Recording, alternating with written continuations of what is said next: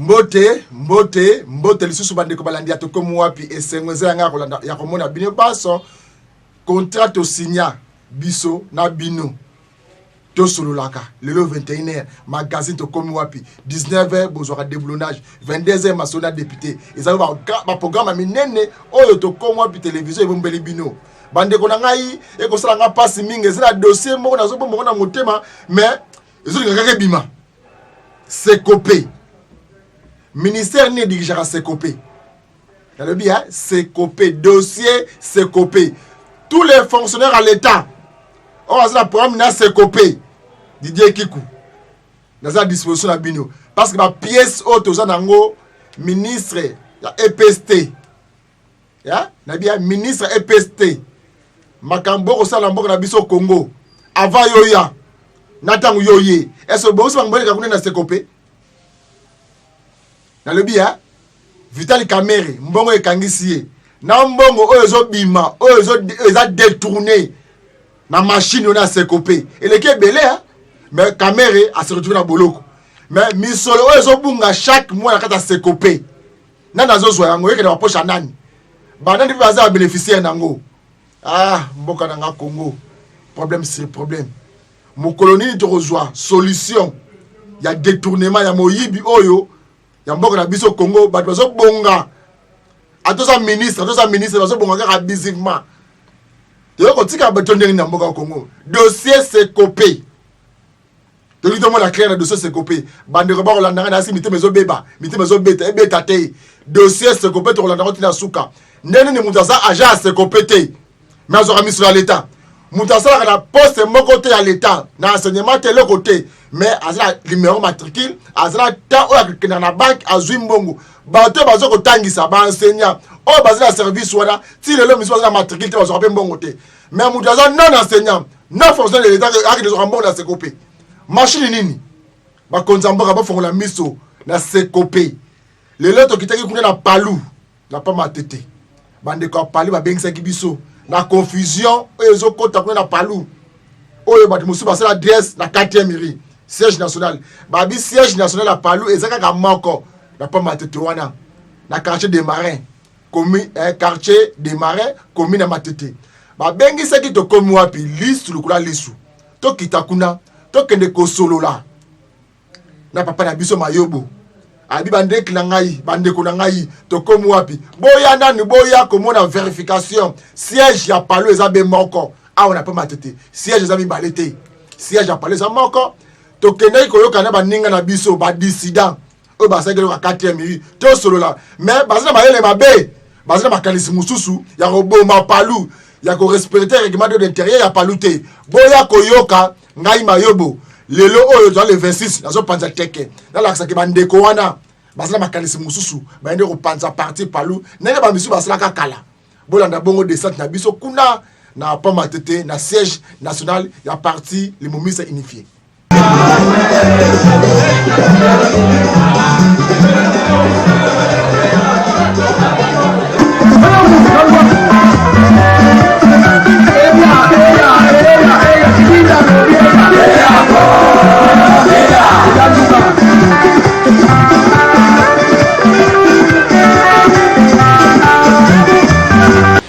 Aux camarades militantes et militants du Palu ici présents, nous disons le peuple vaincra, le peuple vaincra, le peuple vaincra, vaincra, vaincra. Nani mokonzi, peuple. Nani mokonzi, peuple. Nani mokonzi, peuple, peuple, peuple. Palu, Mwinga Congo. Palu, Mwinga Congo. Palu, Mwinga Congo. Mwinga Congo. Mwinga Congo. Merci.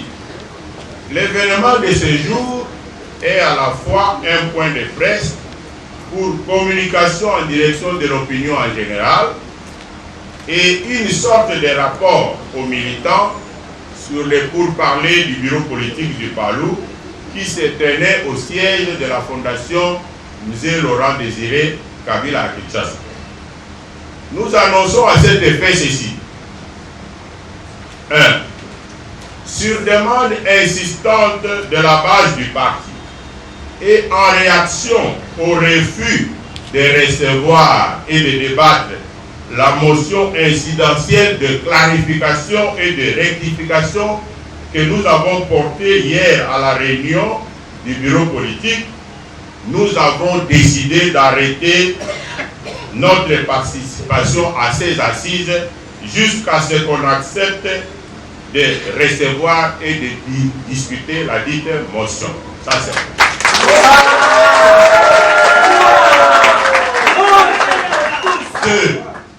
Entre-temps, nous déclarons caduque nos positions adoptées jusque-là. Les décisions prises par les bureaux politiques dans le cadre des pourparlers réalisés ne nous engagent plus.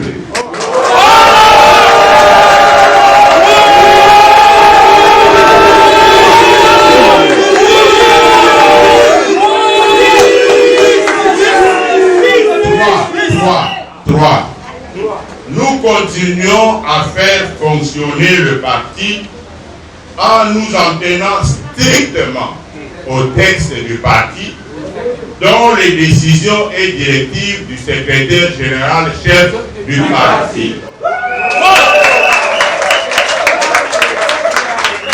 En nous en tenant à la pratique générale et normale dans notre parti pour des questions d'intérêt et en nous en tenant aux avis pertinents du régulateur étatique de fonctionnement des partis politiques en RDC, à savoir le ministère de l'Intérieur.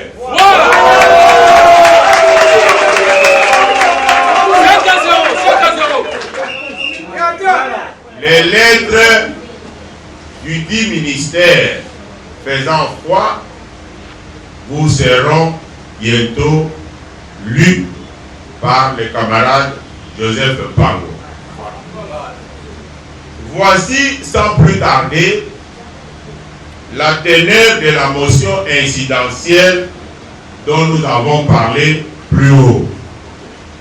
Mais avant d'y arriver, je voudrais vous annoncer que le bureau politique en question avait concocté d'abord un ordre du jour qui comportait les points suivants. On a changé ça après. Mais l'ordre du jour de départ, écoutez-le. Premier point, examen du comportement récidiviste du camarade Godefroid Mayobo vis-à-vis des décisions du parti. Et cette décision-là, il paraît s'apporter sur le fait que vous avez décidé de vous réunir le 22 ici pour commémorer le 56e anniversaire du parti. Après eux, c'était contre les décisions du parti qu'ils avaient prises, étant donné qu'ils avaient décrété la méditation.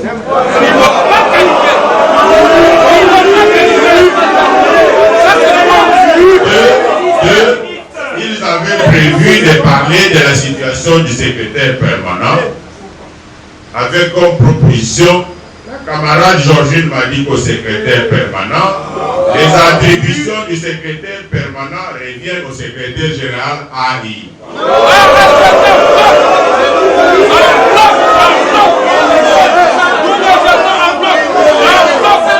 Mais nous avons demandé qu'on inscrive en premier point motion incidentielle de clarification et de rectification. En résumé, on a dit, tous les autres ont dit non, on n'inscrit pas ça. On ne fait pas, et c'est dans ces conditions que j'ai dit, si on n'inscrit pas, je suis parti et je suis parti. Et c'est comme ça que je viens vous rendre compte. Si problème il y a pour le poste de secrétaire permanent et porte-parole, pour nous il n'y en a pas. Il faut le régler en tenant compte des prescrits des textes du parti, de la pratique générale et normale dans le parti en cette matière et des avis du régulateur étatique que le ministère de l'Intérieur. Le peuple vaincra, fait à Kinshasa le 25/8/2020, camarade Godefroid Mayobo. Voilà, la lobby, tout tiango, tout discuter, la lobby ten, et vous contactez. On appelle la lobby bon. Donc on est au contact, au Tikala, on appelle la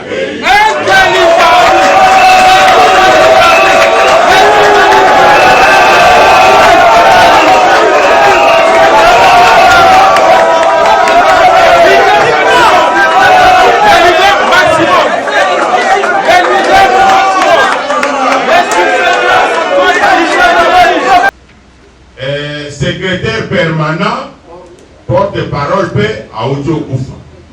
Et à Tikela Gibiso, c'est le pouvoir organisateur et Tikela Gibiso décision et nommé ma membre à bureau politique, tous des pairs, et nommé secrétariat permanent avec secrétaire permanent, premier adjoint, deuxième adjoint, troisième adjoint. Donc, d'un côté, il y a bureau politique, où il y a 12. D'un côté, il y a secrétariat permanent, intérim, normalement, et ils allaient par substitution. Donc, au premier adjoint à Marty. Le 29 juillet, avant midi, Milimu Abamartir et Bengi et Yepsi ministre, Tindela Bango réponse, Bayen Ango Kaka, Awa. Alobi, Totangi, Mukanda na Bino, to analyser Ango selon mes beko ya ba parti, na ba statut na Bino. To monique ezali conforme. Selon décision wana, il faut, camarade Godefroy Mayobo Azali, premier permanent adjoint, a commis secrétaire permanent à y porter parole.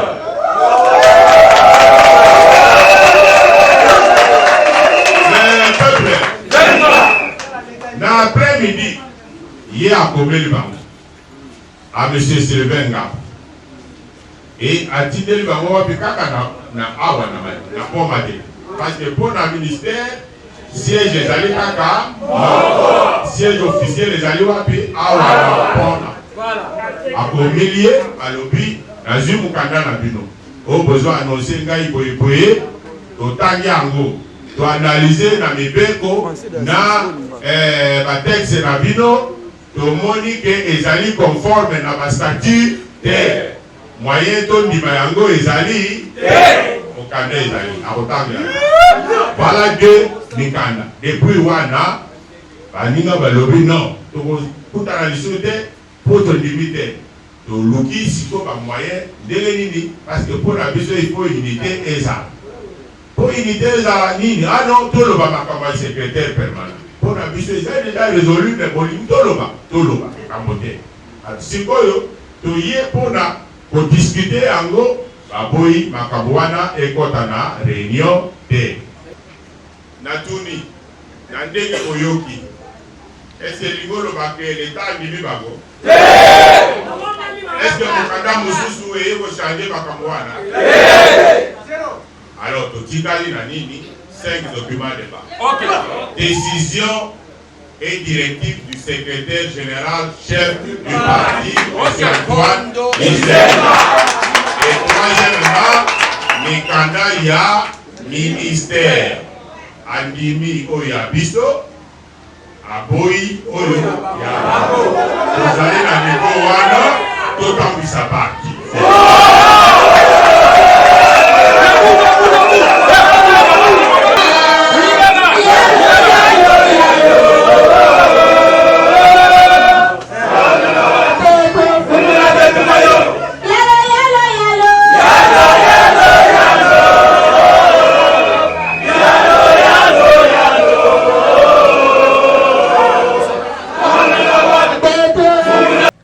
Ndeko bonde ezalaka mona senga pepe congolais bana mboka basangani bako pesa makanisi balobi o esenga baloba na esira bandeko ba kolandanga na o a 4 mili na o bazo na poma tete soki mbuta kizenga moni biso kwa kamina esprit africain yana benga ba mbuta kasavubu mbuta mobutu mbuta kizenga place azali est-ce que makambo ko sala wana bozo refléter makanisi na ba idée na yete bozo sala ndenge bino bomoni soki lelo mbuta kizenga ba zonga ba misu ba ko ba mbatra bigogoa parce que bozo bongwisa kena ye azali na livre d'or livre olobo bozo temps ya ko luka livre d'or ya mbuta kizenga etikala place nini nani pe azana ngo ezape place ni te ba désordre ba dissident boyoki ndenge ndeko na biso mayo ba lobby Palu eza moko siège dans bezaka moko kuna na de bonhomme la quartier de Marais na commune Matete siège muso ezali te o toi linga comme la Palu alinga monde bato ya Palu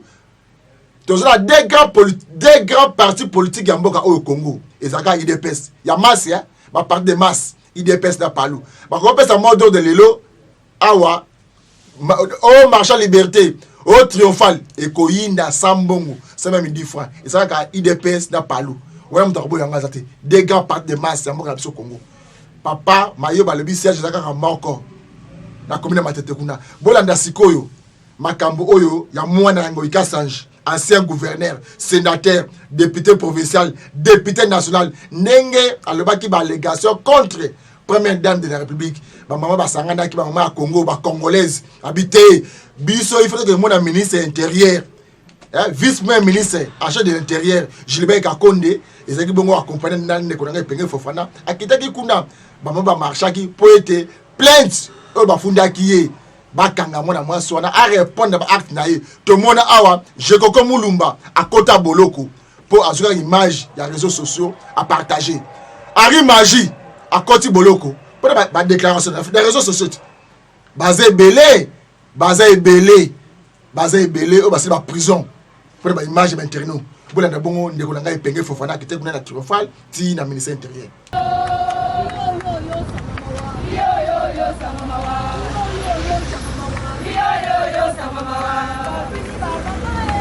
Fini ba mama Christelle doit partir.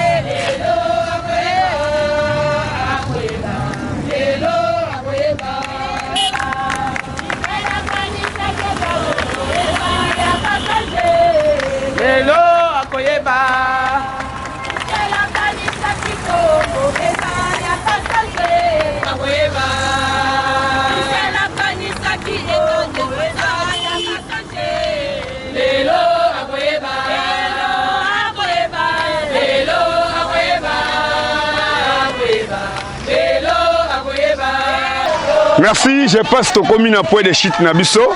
Bon, moi, je maman bazo katisa. Et là, qui si que non, c'est pas normal. Moto Baponi a représenté la population à Fingaka. Moto aza honorable, aza moto e fala ta passe la population. Donc, moi, je maman à Congo, ba telemi, pour na côté ya kenon ko Finga Izamabi. Yango to na ministre intérieur, o yezo kambamana excellence Kankonde. Oyo aza ministre intérieur, le roi député provincial, ne va pas tirer mémo. Maman n'a pas mbote. Comment on a des conditions oyo zaleli, mais on dit qu'on défend les premières dames. Tu vois quoi? Oui, on défend les premières dames pour na aza maman, aza première dame, il faut tout ça y est. Les aïtés to bana ko finga et to le kana public to bana ko lo bama moko ya malamu te so ba maman to CPI na hote. Yango to ko défendre pour na za pe utile na kati ya société. Siko lelo Christelle déjà senga qui pardon honorable Christelle. Siko bino bolingini. To ko ki ko limbisa e bongo te fo ale kana asenga pardon ana parler du peuple na miso batu nyoso ba maman nyoso asenga pardon. Pour so to tike bongo malasima ba kozongela ngo lisusu. Merci na ba maman nyoso ba kolanda yo message ni ko pesa bango. Ba maman nyoso ba kolanda ngai ba telama biso ba maman to telama to défendre maman na biso première dame na biso oyo po makambo oyo mabe elingi esala maso na kombo na ye ezala lisusu te. Mbote papa. Balobi beaucoup tapon a beau déposer mémo na bino. Mais honorable Christelle a 5 bilo déjà pardon. Boyo ki kate. Pardon à Mukanda. Est-ce que tant à finga qu'il faut te ça est bien. Tant finga qui est-ce que c'est pardon à Mukanda. Il faut nenga loba ki malobane wana. En tout cas, il faut répéter on a mis sur batunyo à senga maman pardon pas en papier. Tala nando ta yomoko. Na uji na boloko. Ba pasteur. Akoti boloko. Bongo yé. Ici c'est ça musala te. Je suis ça musala. Muku na kota boloko. Est-ce que finga yimutu? Afingi mutu te. Kasi yé. Mutafingi, première dame. En toi, c'est ma gambo, c'est ici, batute. Il faut en tout cas. Merci, maman Nangaï. Nalingina eba. Lelo ba mama bo telemi, bato boyebi pasi, ya koteka mapa, koboko la mwana, mais ya comment le première dame afingami. Bino bolingi nini? Pona ngai na ndenge afingi mama. Mwana soki afingi moboti azaka na punition. Faut pas passer une punition comme ça pardon wana ye kolanda mais ça une punition pomba la sima afinga lisusu te parce que babandi kolimbisa ye kaka avant ndengo wana c'est que etikali lokola mwana nyonso azui potopoto ayeko pokola mama alors justice il faut faire la musala na ye siko asengi pardon mais bino bolobi ke faki na stade des martyrs asenga ba mama nyonso pardon so soki ayi na stade bokolimbisa ye tokoki kolimbisa ye poto yoka faki dans la salle des martyrs asenga bolimbisi ndako so bolimbisi peut-être pour tous ensemble toi ba maman to mema ki 9 mois na libu. Merci maman Nangambote. Bote papa Nangai. Na moni penda au signé ya ko pesa première dame sourire ya ko yebisa ye ke no biso ba maman to telemi pona ye okolobani na ba maman mususu ba wando na bilili. Ah ba maman bolanga na bilili en tout cas bon na biso net au marché. To uti musika nga kuna za firme mais na marché pour la première dame. En tout cas, on a moni vraiment, makamu Christelle a sala qui ezaki kitoko mingi te. Pour finga maman, eza vraiment elengi mingi te. Pour moi na o azan éducation, jamais ko ko finga moboti oya yi. Mais tant on ya finga ki déjà moboti, fingi maman ya ba maman, mama di mama. Et en tout cas, et sali propre à ta mukiete. Bote ndeko nangai. Yo to kiko yeba eloko nini benda bo telemi, bo sali ba banderole, bo telemi, bozo yemba. Bozo défendre nini pe boye na ministère intérieur ko salani. Bon, stongo moni biso to sangani awa eza poto ye ko déposer memo na biso tozo senga arrestation ya Christelle na ebite soka zalaka honorable na ebite soka zalaka nani na ebi kutute. Donc to moni ba propos oyo Christelle atenaki à l'égard ya première dame biso ba mama to sepe nangote. Christelle, elle est tellement mal éduquée.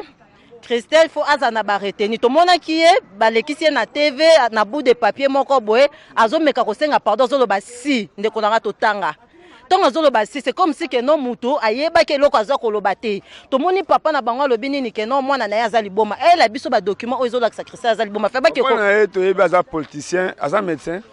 Bon, n'ébité ceux qui sont politiciens, ils sont médecins, ils sont ils ont défendre moi nanaye. Donc, quoi y est à l'objet qu'ils ont défendre moi nanaye, ils sont défendre valeur. Il y a première donne aux valeurs Christelle a tenu ba propos. Il y a un biso tozo senga arrestation ya Christelle. Donc to lingi ko tout parce que ceux qui azali boma fait ba ke ko kange na CNPP. Donc on a bâti que muto ali boma azo sala ba trouble. Cela veut dire que non ayebi eloko azo sala. Il y a un to senga arrestation ya ndeko Christelle. Pour nanga aza honorable te aza ndeko Christelle ndeko mwasi okola aza tozomona na ba prison soki na ba prison kuna bato ebele baza ba biso bakanga biso na régime sortant bakanga biso makamni to sala mais Christelle oyo a tenu ba propos na eza bien te eza kaka papa ye motalobi akoloba na base na ye baloba soki premier dame asali mais non il faut pas remercier Rosa Malonda parce que ça élection bango ya za expert on moni ba Christelle babimi faut pas remercier Rosa Malonda non koyeba ke non Christelle aza député en tout cas na tikala komona te ayela biso pièce par pièce to mona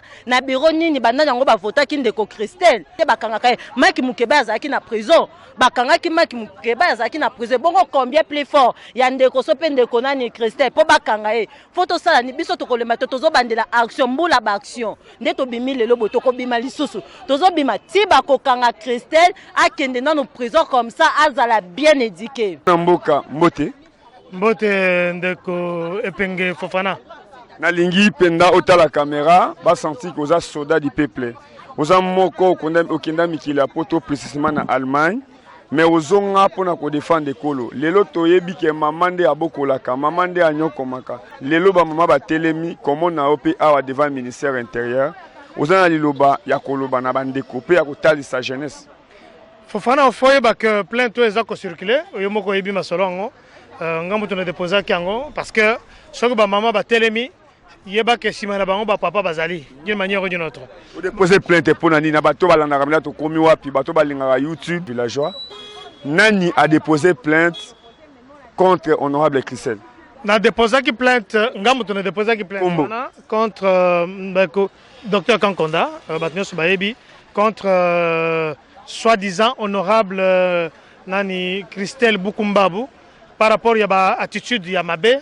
Il faut qu'on rappelle que tu commis dans Makambo parce que bazalaki na problème contentieux ya ba mapangu yé nazo expliquer malembe pona ba imbo kabayoka. Oyebi que balandaka we sika nyonso ndeku nani ngoi kasanji na individu aza individu moko permettez-moi na le parce que baza so honorable te pona ngai na ndeku mokia bazaki na problème ya contentieux parcellaire. Makambo wana il y a une décision de justice où ezali daté il y a mai 2018. Dans le moment où chef de l'État, l'actuel Félix Antoine Tshisekedi Tshilombo, il est comme président. Alors, tant que Bango Bazala qui n'a pouvoir na Bango totalitaire, décision wana yaki, mais quelque part parce qu'il y avait des mains noires, décision wana Ezala qui gardait comme ça, Ezala qui respectait. Alors, tant que commune a été des droits, il faut qu'on rappelle que le ministre il y a makambo itali mapangu na kovanda malamu na ba bisika nyoso tozali mwana mboka Molendo azwaki initiative ya kotala ba décision moko ezali quelque part ou ezali qui respectait ameki ko appliquer yango. Il faut qu'on rappelle que makambo wana etali kango ikasanjite awa lupangu bazwaki ya Sakombi baouti kozongisa pe yango même bino bana poto boza victime ya mapango ebele pour le moment état de droit et bandi masolo wana ya solo et bandi donc soko ba botala que le pango yé soki décision en justice azalaki musala ezo salema alors to kamwe que ndekungo ikasanji azalaki informé ya de guérissement na ye en bonne et due forme faut que bisa yo que mokonzi mboka mokonzi mapinga Antoine Félix Tshilombo akokolinga te mutu soko za na raison na ye bazoye bachana boloko parce que mutumo boza na mbongo bia za fort il faut que ça yo que ndekungo ikasanji bazobenga Jack Bauer aza mutumoko asala makambo ebele na Kasai kona ce n'est pas ça notre problème d'aujourd'hui alors ce qui arrive ezali que baeko de guerpirier mais par ma grande surprise na moni mwana ne amwasi il faut qu'on rappelle que mwana wana azali suppléante na Kasai yé mwana wana bataki campagne te donc lokola papa na yaza député mwana suppléante moi si na yé moko azali nani sénatrice alors tout le monde que comme on dirait bon ce n'est pas notre problème le fait que moi si wana a fongoli mbanga na yé abandi ko finga la première dame la distinguée première dame alors on a vu que ça ne peut pas marcher comme ça alors la raison pour laquelle ngai en tant que mwana mboka en tant que initiateur à mouvement citoyen belé en tant que mwana mboka oyo nayebi que justice ezali wana pona mutu nyonso yango wana kende ko tika plainte en bonne et due forme ce qu'on appelle une dénonciation koyebisa procureur de la République que oyo ya uchi ko finga ça ne peut pas rester impuni alors nous réclamons que mwana mwasi wana bakanga ye il faut vous rappeler que mwana mwasi wana fingi chef de l'État na lobby à sabolier oui bandeko bomonde ba mama ba ça marche mais règlement que ezali ke accueil na ministère intérieur ezalaki malonga moi malonga penzati maman va financer bazaki ministre bima apesa ba réponse moko valable boni plainte oyo docteur Kankonde diaspora président ya parti politique na mboka na biso Congo membre à cash à cause qui contre honorable Christelle ezo me la pona nini mais maman va fandi wana to yebite so na nini oyo ministre ya intérieur ya mbaki bango yo sala passe mingi makambo oyo to linge suka ya ko finira ba konzi ya ko bla mabe ba konzi na ba réseaux sociaux na ba média ife sila yango ba mama bakende kuna ba yeba suite ya plainte yango eza ndenge nini mais poto sukisa na lingi bolanda bongo descente na toza bongo na 6e mairie restaurant munene format la chinoiserie bolanda bongo nini lekaki kuna elengi nango bezaka ndenge nini moi shawarma moi nini légumes verts moi ngai moi point tout ndenge zala kaka à la kinoiserie tout ça bon on a 6e mairie banganga bo kutamwa zuka banganga bo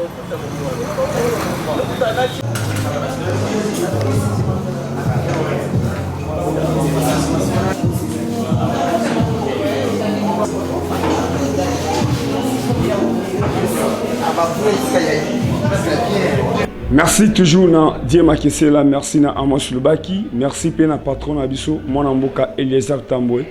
Je passe na bato tout ba na gaina mikila poto et sengo na e komi komona na pona nini.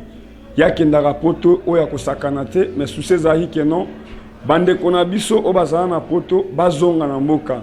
Ezai kenon mo combattant mo boy. Bon mona tozaki bato ya liboso ya ko contrôler na beach, na aéroport, même aux gens à double nationalité. Quitter l'aéroport, somba visa na au kitinao.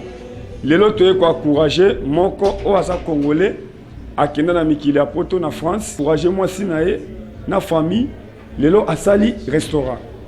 Yango to tout nae boule oyo e uti wapi okoza na États-Unis, okoza na Canada. Mais ko bossa na teke famille na yo baza a. Yango na kolinga na tali sapenda.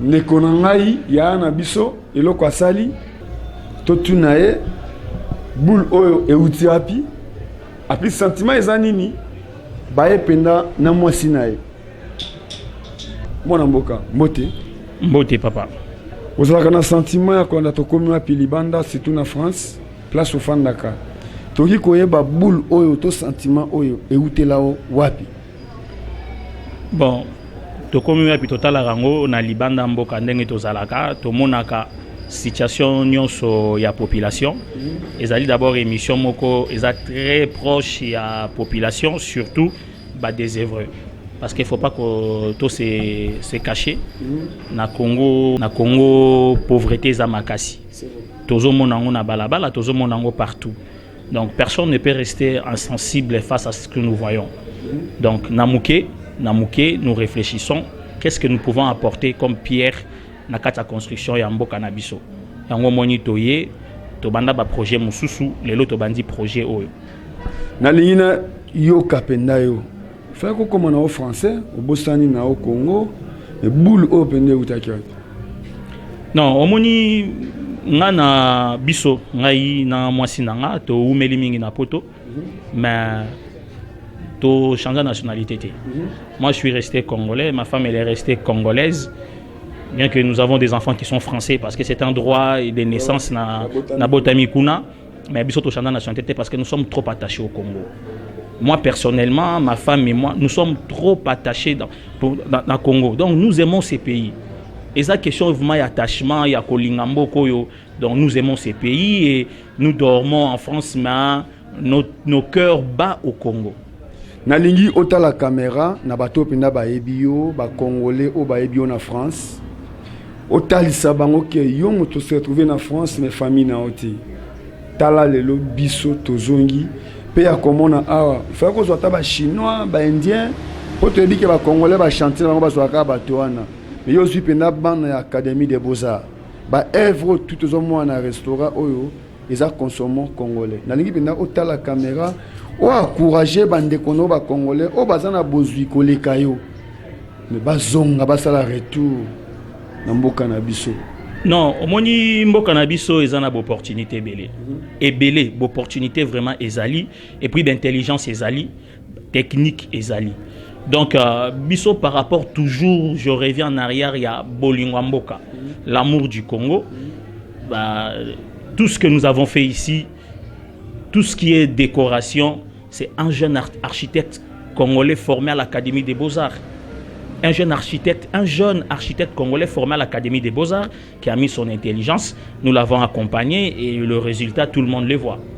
Donc, ça a été conçu. Nous sommes les initiateurs, mais après, il nous a aidés à mettre tout ça en place. En tout cas, nous sommes très fiers de lui. Je profite même de les saluer et Joël et Célé. Nalingo ta la caméra, je passe na France Oyebani. Oyebisa bango, adresse, place. Et eloko yango eza ndeko na bango baya donc eza simple tango ozanga na poto oye Kinshasa Beta Tour awa la quinoise ezali nango esika ko bungate so comme na 7e rue na place commerciale avenue Révolution au moni kin marché en face kaka kin marché au mon avenue Révolution mbala moko mona la quinoise il y a hôpital CMK à côté au mon la quinoise eza koute esika ko bungate donc esika mora bien pour na bino pour na biso au mona cuisine congolaise dans sa diversité et lo kono so lingara olia ya Congo so senga ngo olia. Merci tolobisa maman mukie passé côté maman Mbote ndeko vous avez un sentiment ya kotala bato na YouTube kotala to komi wapi lelo sko yo moko penda bato ba ebi na France ba kolanda nini okoloba na ba yaya ba papa pe ko bosa na bande kona bango bazana ba Bandundu Congo central Sankuru bazana Lubumbashi mais yo lelo komona ozwi vision moko na mobile now. En tout cas on a koloba bande konanga baza na libanda mboka que il faut pas oublier ezali cordon na biso donc ezali cordon ombilical mboka eza très nécessaire kuna tokenda ki mboka bapaya bayamba ki biso koyamba mais awande ezali mabe na biso donc il faut pas babosana.